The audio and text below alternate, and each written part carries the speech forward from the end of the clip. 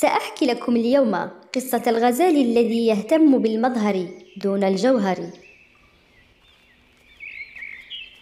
في أحد الغابات البعيدة كان يعيش هناك غزال فخور بنفسه.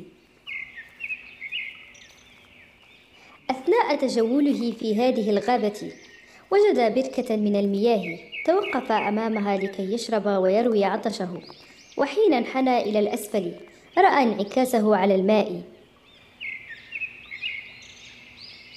كم هي قروني جميلة. وبدأ الغزال يتأمل في انحناء قرونه الطويلة.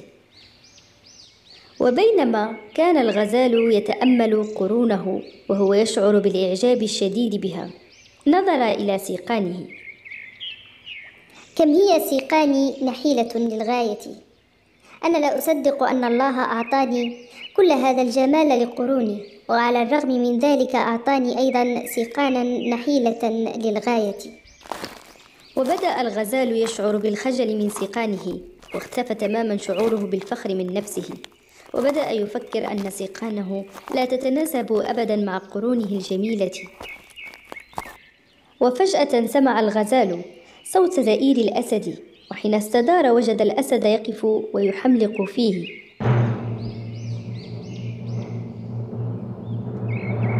فزع الغزال وجرى بأقصى سرعة ممكنة، وشعر الغزال أن أنفاس الأسد ما زالت تقترب منه. يجب أن أختبئ في الجزء الكثيف من الغابة لكي لا يراني الأسد، حيث أن هناك يوجد الكثير من الشجيرات. وبالفعل تحرك الغزال حتى أصبحت المسافة بينه وبين الأسد بعيدة للغاية. لقد تفوقت على الأسد وتمكنت من الهرب منه، فشعر بالفخر الشديد. ولكن فجأة اصطدمت قرون الغزال بأحد الأشجار وانغرست في جذع الشجرة. حاول الغزال أن يخرج قرونه أكثر من مرة، لكن مع كل محاولة كان الغزال يتألم فقط بدون جدوى.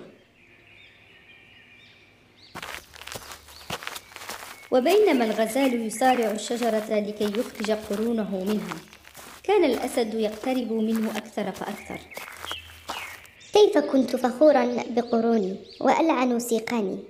لقد أدركت الآن القيمة الحقيقية لسيقاني النحيلة التي كادت أن تنقذني، إلا أن قروني هي السبب في هلاكي الآن.